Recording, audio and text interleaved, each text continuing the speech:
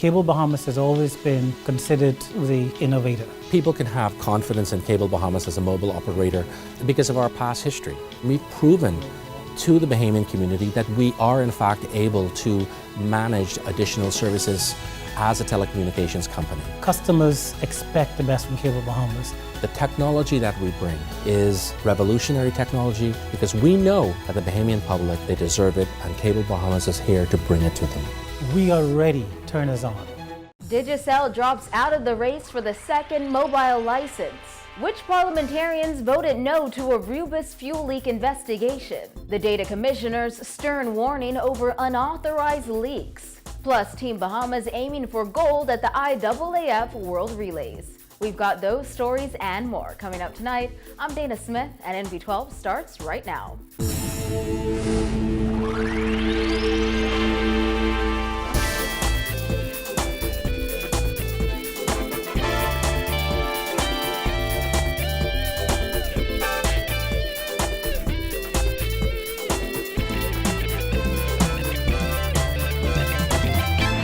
News tonight, Digicel Bahamas is out of the running for the nation's second mobile cellular license. The company has decided to not continue its bid. The Cellular Liberalization Task Force confirmed this last night, advising that prior to the conclusion of its evaluation process back in February, Digicel voluntarily decided not to proceed with its participation in the process.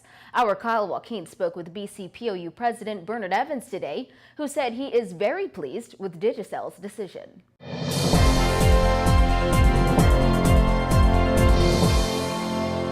As May fast approaches and the government prepares to award a second mobile license, one company, Digicel, has opted out, leaving two companies, Cable Bahamas Limited and Virgin Mobile, in the running.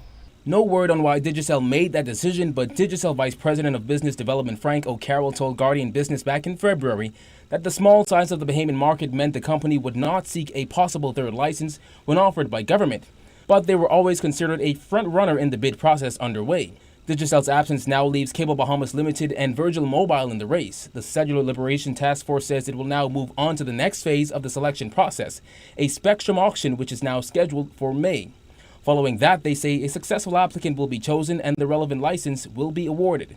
Bahamas Communications and Public Officers Union President Bernard Evans said given Digicel's stance on not having its employees unionized, he's glad the company withdrew its name. I'm pleased that they withdrew. I'm pleased that they, and I believe this should be somewhat of a vetting process that for any foreign entity foreign investment coming into the country, we ought to look at their background and how they operate, how they treat Bahamian workers once they get here. And I don't think we do enough of that. Evans spoke of Digicel's chairman Dennis O'Brien, who also chairs the worldwide committee First Defenders. And one of the fundamental endorsement of that committee is the rights of workers to organize. And yet, he owns a company that doesn't recognize the rights of workers in his own company to organize. And so we're very, very pleased to hear that they withdraw. So with the region's strongest mobile telecoms player no longer vying, we asked Evans if he thought Digicel's departure left the selection process weaker. From what I understand, there are still two major players, as Cable Bahamas, as you know, and Virgin. How do you feel about those two? Well, Virgin, we've done some work on Virgin, and we don't have anything negative to say just yet. All of the reports coming in that they respect workers' rights. This is not an endorsement, and I want to be clear with that. The winner of the bid will be required to launch its services and provide network coverage in phases, with complete national coverage expected within a maximum of 3 years from the date of the grant of the license. Reporting for NB12, I'm Kyle Joaquin. Members of Parliament yesterday voted overwhelmingly against the appointment of a select committee to investigate the Rubis fuel leak that happened in Marathon more than 2 years ago. Among those voting no was Marathon MP Jerome Fitzgerald, who has come under heavy fire in recent days for failing to speak out on the spill, which has impacted his constituents, despite his fight to save Saunders Beach while in opposition. Tonight, Vonik Toot takes a look at what some may consider two different Jerome Fitzgerald. Remember this? It's not as if there's much sand out there in that area, and so you have to question what happened and where's the sand gone. That's environmental crusader Jerome Fitzgerald fighting to save Saunders Beach from erosion back in 2010 when the PLP was in opposition. But what did he sound like as a cabinet minister after government withheld a Rubis gas spill report which revealed his constituents were exposed to harmful chemicals? I understand the reason and rationale, and I don't, I'm not going to question the Attorney General. That's a far cry from this guy, who held a beachside press conference on March 2nd, 2010, and accused the Ingram administration of causing catastrophic beach erosion at Sanders Beach during the Arawak Key extension and harbor dredging project. This beach is considered by the Bahamians really as the cabbage beach of the Bahamians. This was the nicest beach that Bahamians could enjoy on New Providence. And we warned about the effect of this extension and what it would mean to the Bahamian people. The government ignored. Critics question, did Fitzgerald's outrage wash away with the sand on Saunders Beach when he attended a Rubisville town meeting and remained silent? But is there the Department of Environmental Health Services, the PS of the Ministry of the Environment?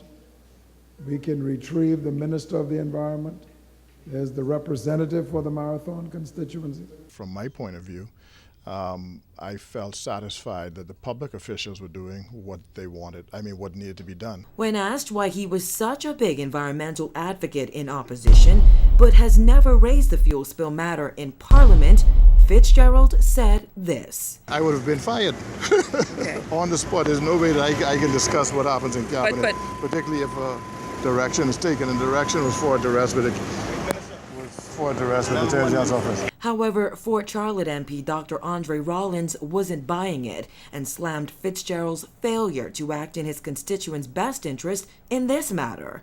If I sat around the cabinet table and I had sight of the contents of that report, understanding the implications for public health, specifically with respect to the people of Marathon and more broadly the people of this country, there's absolutely no way I could continue to sit around that cabinet table if I were threatened with being removed if I dared to speak about it publicly. Rollins took his outrage one step further yesterday when he moved for the appointment of a select committee to investigate the Rubis gas spill. Government MPs overwhelmingly voted against it. Guess who was among those MPs? Kendrick Dorset, Jerome Fitzgerald. At the end of the day, Rollins and Bamboo Town MP Renward Wells were the only two PLP MPs present who supported it, along with all of the F&M MPs present. The yeas, 7 for yes, and for no, the nays, 15, and absent, 15. The nays have it, which means that the motion is dismissed and dispensed with. Rollins has warned that if the formation of a select committee was denied, it would make the government appear callous, reckless, and deceitful.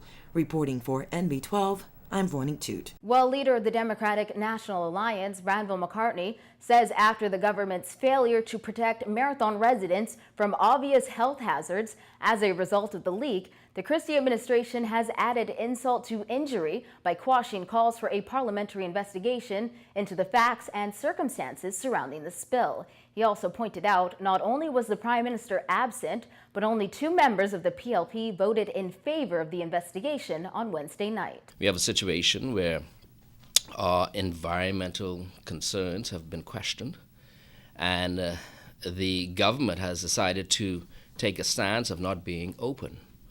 As a matter of fact, they've taken a stance where almost to the point that it's none of our business that our health and our well-being is being affected.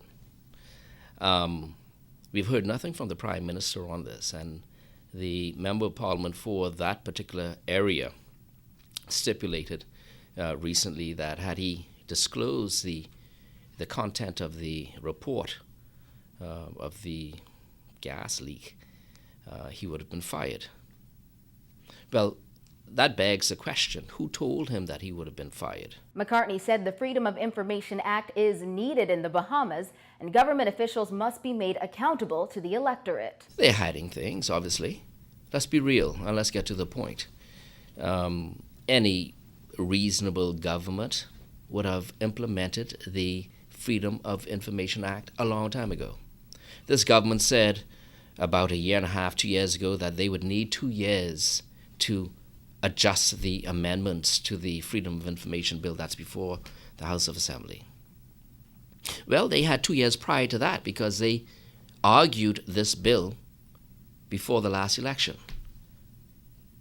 They knew about this bill. They had all the information, and they had some good arguments as well when they were in opposition. Now, fooling the people. The DNA leader said he is calling on government to fast-track FOI implementation and do more than pay lip service to the idea of open, accountable, and transparent governance. In other news, the Data Protection Commissioner is warning that government department and ministry heads will be held accountable for any unauthorized leaks. The commissioner's warning comes in the wake of an array of leaked reports, including the urban renewal audit, the V. Alfred Gray affidavit, and more. Data Protection Commissioner Sharmi Farrington Austin said today the continued and unauthorized leaking of personal information into the public domain is a concern. Of course, we have seen a number of unauthorized leaks in recent months. And of course, really the persons held accountable under the data protection legislation is usually the head of the department or the ministry or the agency involved. As stated in the release, where it can be shown or established that employees or officers of those data controllers have maliciously or negligently contributed to the leaks, they can be prosecuted under Section 27 of the Act. Although the commissioner did not point to any specific leaks, her warning comes more than 2 weeks after the Auditor General's report into Urban Renewal's Small Homes Repair Project was leaked to the NASA Guardian. And that isn't the first time there's been a leak. A leaked report by government's Costa Rican consultant, Sanages International, found patients on public wards are more than 5 times as likely to die than those on private wards. More recently, Agriculture Minister V. Alfred Gray's affidavit concerning allegations he interfered in a judicial matter was also leaked.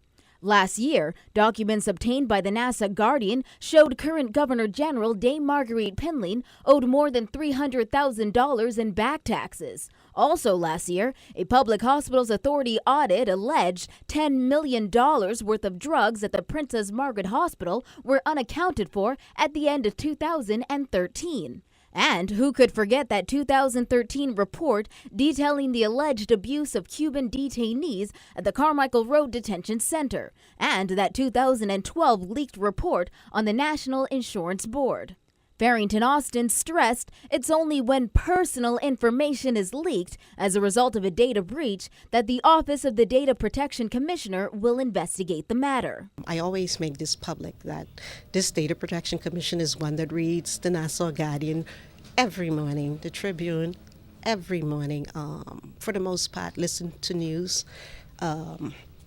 We look at Facebook for those informations that are in the public domain. No, we are not hacking, as some people would like to believe, into people's Facebook account. We're not doing that. It is where the information is public, has been disseminated. We look at it and we determine whether or not data breaches has occurred. And the data commissioner does not have to wait for someone to make a complaint.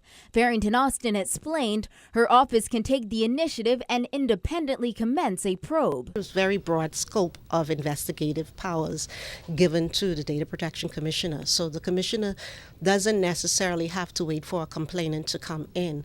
Where it comes to the commissioner's attention, the commissioner then can commence an investigation into that. Farrington Austin noted there have been several data breaches over the years, and when personal information is disseminated without consent of the individual or the controller of that data, her office can step in. When MB12 returns, Team Bahamas gears up for the IAAF World Relays. Stay with us.